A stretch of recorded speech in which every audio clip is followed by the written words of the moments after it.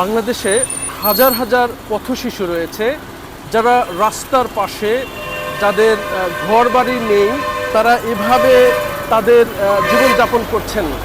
তাদের নেই কোনো মানে পিতামাতার প্রপার গাইডেন্স এবং তাদের কোনো অভিভাবক নেই এবং তারা সব ধরনের সুশিক্ষা থেকে বঞ্চিত এবং তারা অনেকেই দেখেন রাস্তার সাথে দুই পাশে গাড়ি চলছে এবং এখানে আমরা ধুলোবালি দেখতে পাচ্ছি, অনেক পলিউশন দেখতে পাচ্ছি, দূষণ দেখতে পাচ্ছি, শব্দ দূষণ, বায়ু দূষণ।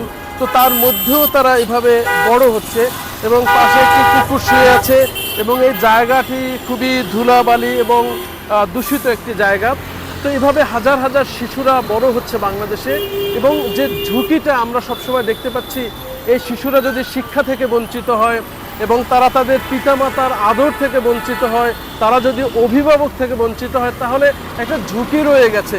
সুশিক্ষার অভাবে, গাইডেন্সের অভাবে তাদের মধ্যে অনেকে হয়তো বড় বড় সন্ত্রাসী কিংবা কোনো অপরাধী হিসেবে গড়ে উঠতে পারে। সেই ঝুঁকিটা কিন্তু রয়ে যাচ্ছে।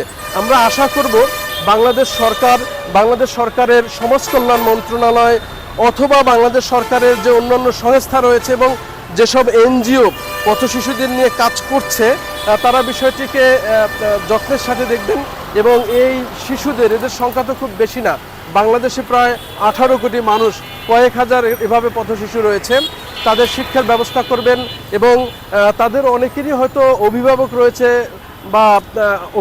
রয়েছে, পিতামাতা রয়েছে, বা নানা কারণে তারা পথ শিশু হয়ে গেছে।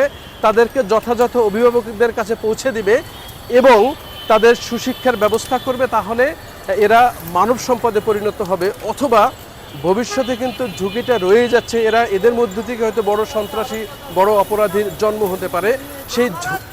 সেই ঝুঁকি বাংলাদেশ নিবে না এবং বাংলাদেশ সরকার এবং কনসার্নড অথরিটিজ এই বিষয়টি যত্নের সাথে দেখবেন, আমরা সেই প্রত্যাশাই করব।